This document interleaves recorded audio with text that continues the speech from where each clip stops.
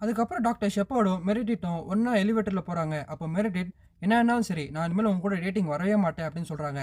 அதுக்கு doctor shepherd, "நான் உன்ன கூப்பிடவே இல்லையே" அப்படின்னு சொல்லி சொல்றாரு. "ஏன் படத்தப்படுற?" அப்படின்னு சொல்லி கேட்கறாரு. அதுக்கு மெரிடிட், "நீங்க என்னுடைய பாஸ். என்னோட பாஸோட பாஸ். என்ன நடந்தாலும் சரி, உன் கூட வரவே மாட்டேன்" அப்படின்னு சொல்லிக்கிட்டே டாக்டர் ஷெப்பர்ட கிஸ் பண்ண ஆரம்பிச்சுடுறாங்க.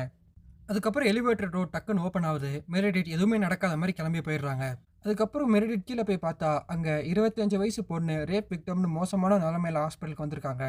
அந்த பொண்ணுடைய மோசமான நிலைமைய பார்த்து மெரிடித் ஷாக் ஆயிடுறாங்க. கொஞ்ச நேரத்துக்கு அப்புறம் மெரிடித் தெளிஞ்சு அந்த பொண்ண சிடி ஸ்கேனுக்கு எடுத்துட்டு போறாங்க. அதுக்கப்புறம் டாக்டர் ஷெப்பர்டும், டாக்டர் பர்க்கும் அந்த பொண்ணுக்கு ஆப்பரேட் பண்றாங்க.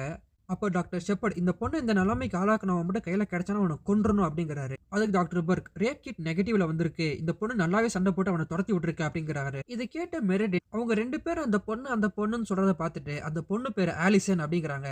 அதுக்கப்புறம் ஆலிசன் ஈசோஃபேகஸ்ல ஏதோ மாட்டியிருக்கு. அத டாக்டர் பர்க் எடுத்து, "இது என்னவா இருக்கும்னு" அப்படின்னு சொல்லி